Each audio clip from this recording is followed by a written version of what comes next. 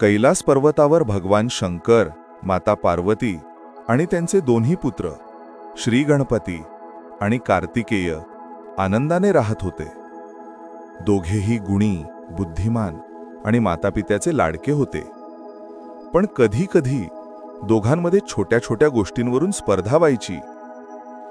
एके दिवशी भगवान शंकरांनी दोन्ही मुलांना एक सुंदर सुवर्णफळ दाखवलं आणि म्हणाले, जो पृथ्वीची प्रदक्षिणा सर्वात आधी पूर्ण करेल त्याला हे फळ मिळेल.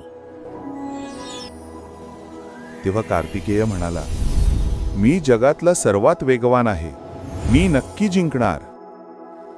गणपती मात्र शांतपणे हसला.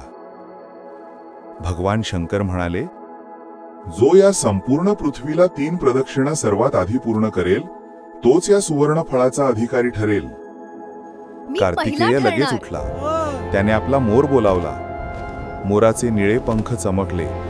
कार्तिकेय मोरावर बसला आणि आकाशात झेपावला.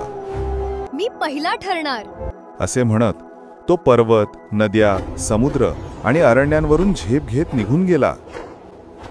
गणपती मात्र शांत बसला होता. पार्वती मातेने विचारलं, गणेशा, तू प्रवासाला जाणार नाहीस का? गणेशा नम्रपणे म्हणाले, आई, माझ्या दृष्टीने आई वडील हेच माझं विश्व आहेत. मग गणेशाने आई पार्वती आणि वडील शंकर यांच्या भोवती 3 प्रदक्षिणा घातल्या. त्यांच्या प्रत्येक पावलानं सुवर्ण तेज प्रकट झालं.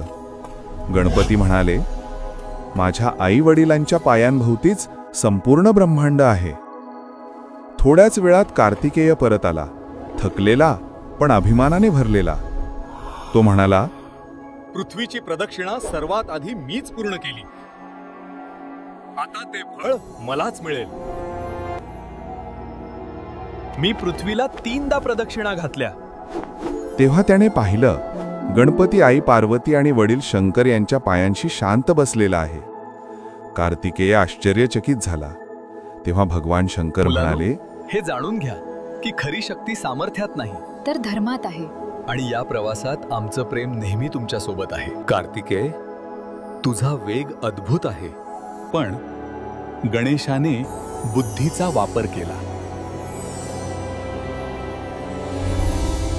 त्याच्या कृतीतून त्याच्या आई वडिलांबद्दलचे प्रेम आणि आदर दिसून आले. त्यामुळेच तो यशस्वी झाला.